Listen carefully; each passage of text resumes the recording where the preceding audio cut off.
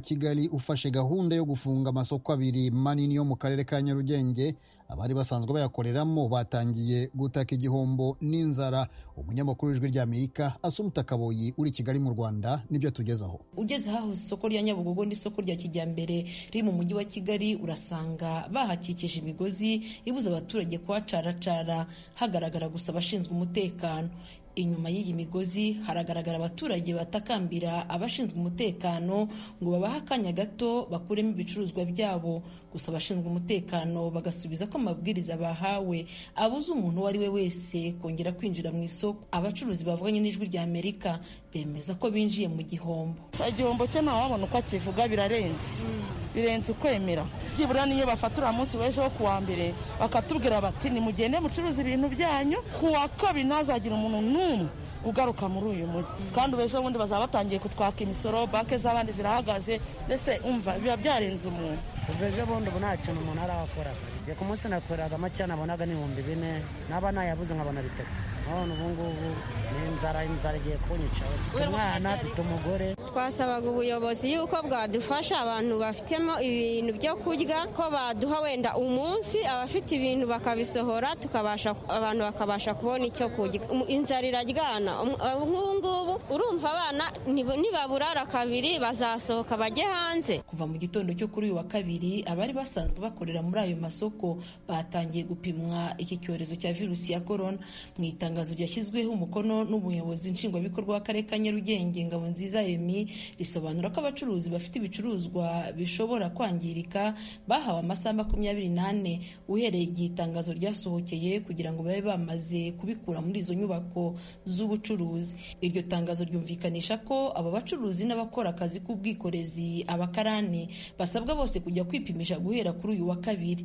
Itangazo rigaragaza ahantu habiri hifashishwa muri ibyo bikorwa byo gupima. Hari site ziri ahahoze ayo masoko kwa Mutangana no ku isoko rya Nyarugenge, kandi buri wese akaba agomba kuzapimwa inshuro ebyiri, ni ukuvugwa guhera tariki ya 17 z'uku kwezi kwa munani n'itariki ya 23 z'uku kwezi. Itangazo rivuga ko umuntu wese uzaba atapimwe atazinjira mu isoko. Bamwe mu bakorera muri aya masoko bazindutse baza kwipimisha, ariko ubwinshi bw'ababyitabiriye byatumye benshi basubirayo badapimwe. N'ubu bari baduhamagaye bagenzi bacu baje ngo tuze twipimishe, ngo nta muzasubira mu isoko atipimishije inshuro nyinshi. Nkanjye maze kwipimisha kabiri, ubu yari inshuro ya gatatu narinje kwipimisha. Baratubwiye ngo nitugire ngo tuzongere tuzagaruke ejo. Ntabwo bari budupime ngo tuzagaruke ejo saa 2, kandi ubwo nabwo nitwagera saa 2 nabwo bazatubwira ngo ntabwo, kandi umuntu aba ategesheje amatike aza yakanahahiremo abana bakayarya.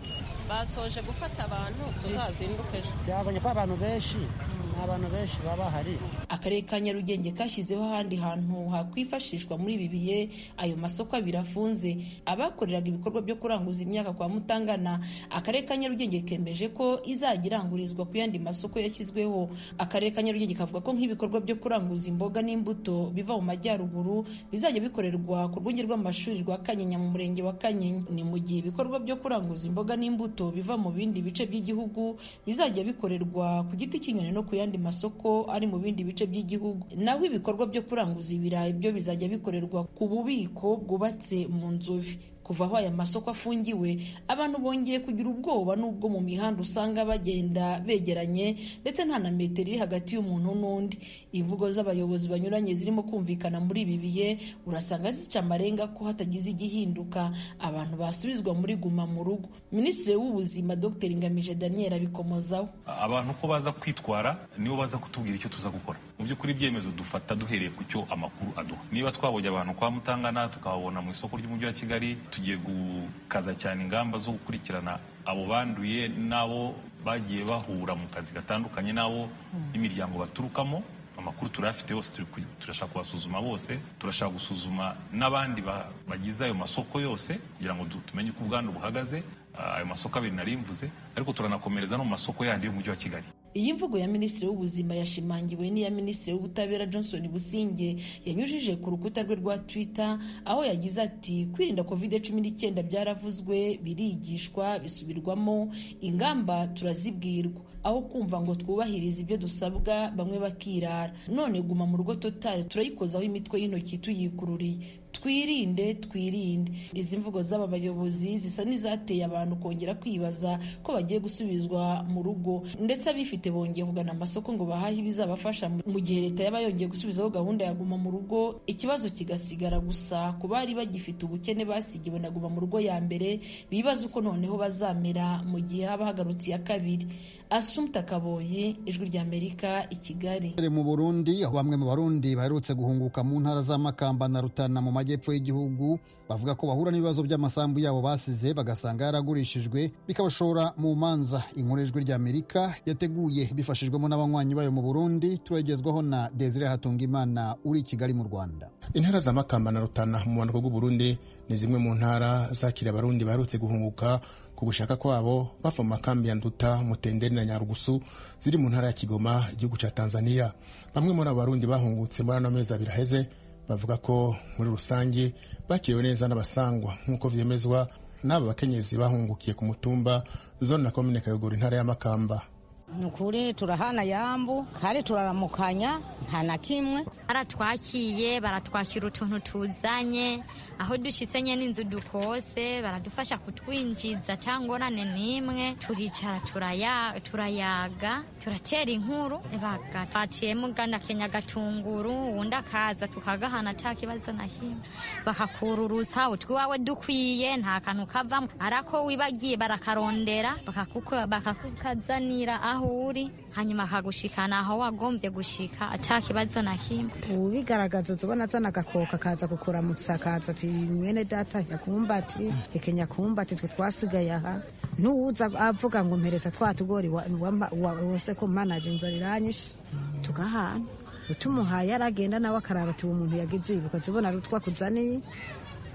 Niko kimeze. Naho biruko bamwe muri Abarundi bahungutse bavuga ko hari igihe basanga amatongo yabo yarihagiwe n'abandi bantu bigatuma bashikira mu manza z'urudacika, nk'uko bivugwa n'uwo mukenyezi yahungukiye ku mutumba wa Kayogoro. Jewe mbere nasanze n'imanza zirimwo bagomba kuntwara homba bakaparisera nabako hagati y'abantu tutazi, bakavuga ngo nahi iwabo atarahi iwabo, hanyuma rero bagaca baducira imanza mbi, bakabacira imanza mbi kubera baba bitangiye amahera, baca barahatwara. None imanza nazo ziri muri sentare, aba rero abashinga nayo bangaha bakabona babahaye amahera bagaca bagenda ngo bashikirize, rero natwe tugaca twanka. None ubu rero tugomba tubandanye, niyo badutwara muri sentare tugenda. Jiya atababanye imbere barabafashije, bamwe barabafashije, n'ubu baracabafasha, none ko bitarahera n'ubu baracabafasha. Ariko rero mugabo ikintu cishe ngaha ni kubera ibiturire byari biba byinshi, bagaca rero bagomba kugabitango ryanaka ngo nta n'abanino ngo abitanzaniya ngo yaje agurisha igibuye we yahoramwo, rero ngo aragurisha ararimara ngo akagomba kuvuga ngo nibamuha ahandi ngo aho iwacu. Reka no mu basangwa arabavuga ko abahungutse bashika batanguza imanza z'amatongo mu gihe abasangwa baba baraguze n'imiryango y'abahunze biciye mu mategeko. Uno mutama aba muri komine ya Bukembe, intara ya Rutana. Hagati y'abasangwa n'abahungutse hamwe si sawa, ntibigenda neza. Igituma bitagenda neza harimwo uwuba yaraguze nk'iparasera akarigurira umuntu, muga hagaca haje uwundi agasere agukuramwo, wewe rero umusangwa waje udandaje hantu kugira uguraho hantu, muga agukuyemwo urumva ko umutekano ucuhungabana, kandi nawe ca witwara uwoye waguriye nawe ntagusubiza amahera, kandi n'uwoye ahasikiriye agomba yuko umusubiza amafaranga. Bamwe mu batowe mu mitumba bo bavuga ko ivyo bibazo vy'amatongo vyaduka hagati y'abasangwa n'abahunguka biba biri hagati y'imiryango y'abahunze n'inshuti zabo zisigara mu gihugu. Uwo mutware k'urwego rw'ibanze akemeza ko iyo hadutse ayo matati abatware bo ku mitumba bihutira kuyatorera umuti hakiri kare. Uyu ni umwe mu batware 5 batowe ku mutumba wa Kayogoro. Twebwe aho duherereye kweri canke ngaha mu ntwaro, nukuri turavye mu kibano ikibano ni ciza, nta muntu mbona agikina mu wundi kandi nta muntu mbona atuka uwundi, duhanira ku mabomba. Ni ukuri je mu kibano nta muntu arambwira ati je nahungutse bamfata nabi, nta n'umwe ndabona kabisa, kuko nta muntu ndabona aje kwitwara ati jewe umusangwa yafashe nabi, nta muntu ndabona aza ati jewe uyu muntu yahungutse dufatanye nabi. N'ababa inzu zabo zikiriho zari zipanzwe n'abandi baca babateguza bati rero iyi nzu mupanzanye nayagira ahunguke, bamurarondera iyindi ashikira muri ya nzu yiwe uwo arayipanzemwe yaravuyemo. Nta kirenga je mbona baza bavuga yuko basanze itongo barinyaze. Iyo bishitse dusha tubumviriza, dusha duhamagara uwo muntu ari muri iryo tongo, hanyuma tukabumviriza tugasha tubatunganiriza. Uwo wegukira iryo tongo mwene ryo akaba ari we dusha turishikiriza, hanyuma uwutari mwene ryo nawe akarivamo, kuko abayahunze bamubona, abayarimusigiye ari nk'umuryango wiwe aribona, urumva ntiyoca arigumamwo, kandi nawe ahungutse yararimusigaraniye bavukana canke ari nka muvyara we. Ibiharuro dukura mu ishyirahamwe mpuzamakungu ryitaho impunzi ya CR ryemeza ko gushika mu kwezi kwa gatanu umwaka w'2000 abarundi bari bamaze guhunguka gushaka kwabo bavuye mu gihugu ca Tanzania barenga gato 164. Muri abo abarenga gato 123 bakaba bahungukiye mu ntara za Makamba na Rutana. Desire Hatungimana, tugushimire. Muri Mali urusaku rw'amasasu rwumvikanye mu nkambi ya gisirikare. Umwe mu bahagarariye ibihugu byabo muri icyo gihugu yavuze ko abasirikare bashobora kuba batangiye kwigomeka. Frederic Nkundikije arakomeza iyo nkuru. Ingoho zumvikanye uyu munsi kwa kabiri mu ikambi ya gisirikare iri hafi yo mu murwa mukuru Bamako. Amakuru ashikirizwa n'abajejwe umutekano hamwe na ambasade y'igihugu ca Norvege avuga ko abasirikare bashobora kuba batanguye kugumuka. Abanyagihugu muri iyo micungararo bemeje amakuru avuga ko ingoho zumvikanye muri iyo kambi yitwa Kati iri ku birometero 15 vyo mu murwa mukuru Bamako. Iyo kambi yarigeze kubamwo imigumuko mu mwaka wa 2012 yahavuye ivamwo kudeta. Ayandi makuru hatangwa n'amashirahamwe ategamiye leta akurikiranira hafi ibibazo vy'umutekano avuga ko inkoho zasanye kandi hafi ikirimba c'umushikiranganje wa mbere. Abarwanya intwaro ya Perezida Ibrahim Boubacar Keita baratanguye imyiyerekano kuva mu kwezi kwa gatandatu basaba ko atanga imihoho ngo kubera yananiwe kugarukana umutekano no gutuza ruswa. Urakoze Frederic. Ubutegetsi bwo muri Vietnam bwataye muri yombi abantu 3 bakekwaho kwiba amadolari ya Amerika akabakaba miliyari bariganyije abanyamerika babarirwa mu bihumbi. Itangazo ryashyizwe hagaragara na ambasade ya Leta Zunze Ubumwe za Amerika muri icyo gihugu ivuga ko Pan Dinh Tu, Tron Kon Kan na Nguyen Doi Ton bakekwaho icyo cyaha uko ari 3 bari bafite imbuga zirenga 300 kuri murandasi, zose zigurisha imiti isukura ku ntoki n'ibindi bikoresho byari byarabuze mu maduka igihe virusi ya corona yari icyaduka. Abantu barenga 7,000 muri leta 50 za Amerika bishyuriye ibi bicuruzwa ariko ntibyabageraho. Iperereza ryakozwe na Minisiteri ya Amerika ishinzwe umutekano ryasanze adresse za email zibarirwa mu magana zarakoreshejwe ku cyuma kiri muri Amerika cyifashishijwe muri ubwo bwishyu, ariko abagikoresheje bakomeza kugihisha inzego zishinzwe kubahiriza amategeko.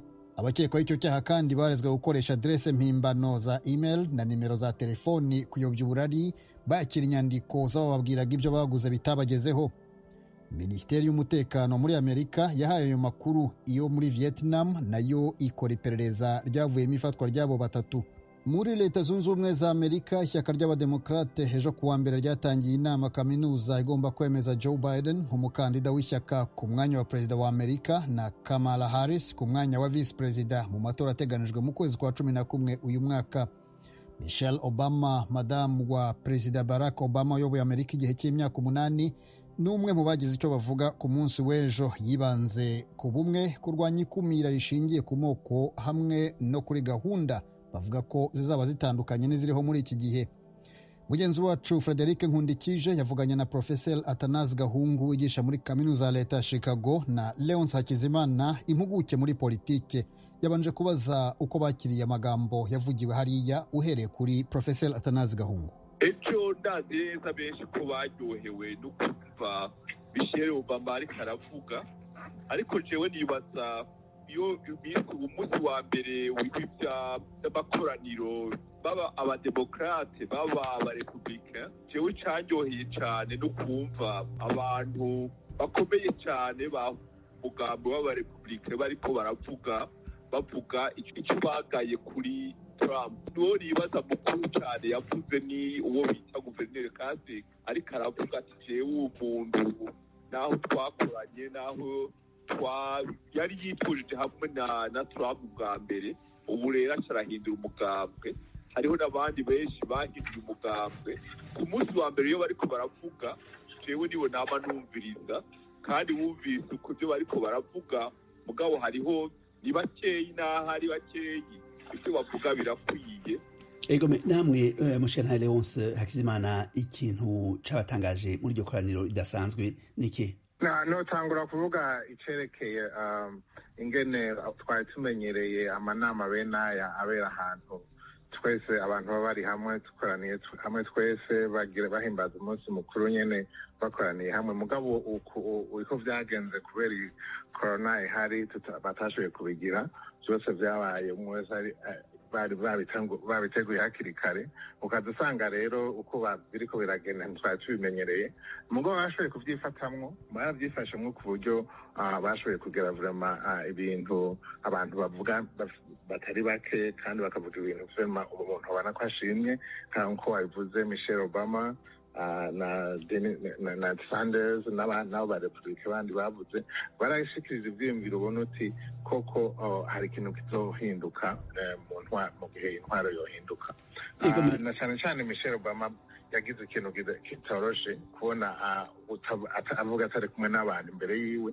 muganga ashikiriza iciyumviro mubona ko ariko ashikiriza avuga nk'umuntu nyene w'umuvyeyi ashimikira ku kintu cerekeye kwitaho abantu na cyane cyane ico n'iciyumviro tutamenyereye kubona muri ino ntwaro y'ubu ni iciyumviro abantu benshi bakiriye neza kuko ni ikintu abantu barondera ubu bataronka.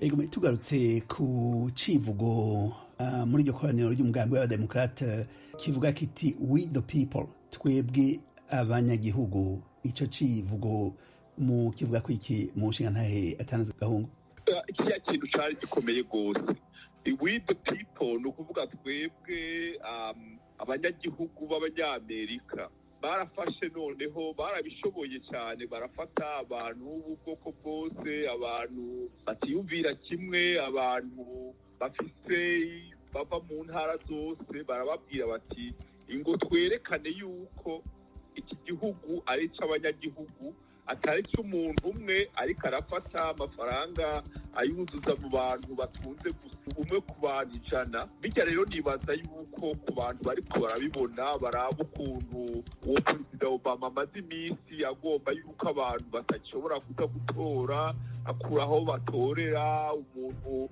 ashira hasi abantu bose batumvikana reka nabo bumvikana bose bashira hasi ubu atanguye kwifatira ku gatwe abantu b'abapasoni b'abagore nibaza rero yuko we the people bizotuma abantu bagira ico biyumviriye bakaraba kumenya kujya Michelle Obama ariko arababwira ati ntimuraba uko ibintu bimaze kumera nabi ubu ati birashobora no kongereza kumera nabi gose ivyo rero birashobora kuzotuma abantu bagenda gutora batereka igihugu cacu nta conone nta baranyaconone. Ego Leonce Hakizimana ico civugo mwebwe mu kivuga kwiki we the people bashaka kuvuga iki aba democrat we the people ivyo tanaza vuze nivyo ico no kongera ko nuko we the people no kuvuga abo bantu bose twese ubwoko bwose igitsina cabo ubwoko bw'abantu bose ba muri kino gihugu atanumwe avuyemwo nenashituma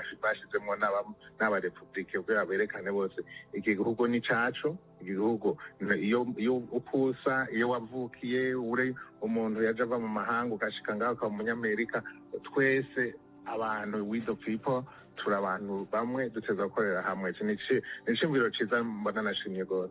Atanazi gahungu tugaruke ku cimviro mwavuze ko muri iryo koraniro ridasanzwe harimwo amajambo yashikirijwe n'abarepublika abanyapolitiki bahurikiye umugambi w'abarepublika bakomeye nka John Kasich yahoze ari guverineri wa Ohio yigeze kuba umushingamateka akomeye cyane rwose eka umutegetsi yahiganywe n'amatora y'umukuru w'igihugu ariko hariho nk'aba demokrate bari ku rundi ruhande bashaka ko ibintu bihinduka cyane rwose bibaza ko ico atari cyumviro ciza kuko hariho ibintu byinshi nka Kasich adasangiye n'abademokrate aho novuga nk'ivyo gukorora inda n'ibindi wewe nk'uko babivuga ni umukonservateur, ivyo ntibishobora kuba intambamyi ku bademokrate bamwe bamwe bashaka ko ibintu bihinduka ubutagisubira inyuma?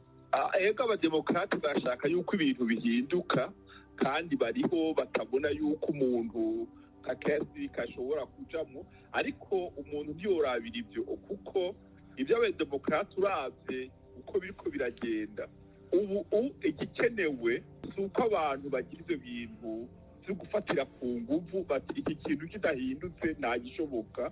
Abo bantu rero uravye neza hariho n'abashamujwe n'uko Biden, Joseph Biden yuko yatoye Harris na Biden bose nabo bita abacentrist, bari hagati ntibari si ba bantu badadaje. Hanyuma amaze gutora uwo Harris, abo bandi bantu naho hatari ibintu bataniyeko, bofata gusa bagafata abantu nk'uwo bashaka umwe Madamu Warren, ngo rero we niwe tugomba yuko uba vice perezida. Bari guca bacanye agafata Sanders, bari guca bagira ibintu vyo kutataza. Ubu rero abantu benshi mbere jewe nibaza yuko ivyo Biden yagize n'ivyo byiza cy'abademokrate bari kuragira ari vyiza, gufata abantu batadadaje bati twebwe ico duhuriyeko si kudadaza, ico duhuriyeko ni ukwirukana Trump. Mugabo mu minsi zoza bamaze kubandanya, bamaze gutorwa, nibaramuka batowe, ivyo vy'uko bashizemo abo bantu badasangiye ivyiyumviro n'abademokrate kumbure bizogorana. Mugabo uko tuzango tubizi, iyo gutora no gutora, iyo bamaze gutorwa politike baraheza bakayiha intumbero, ibyo bemeye ibyo batemeye bakabikuramo.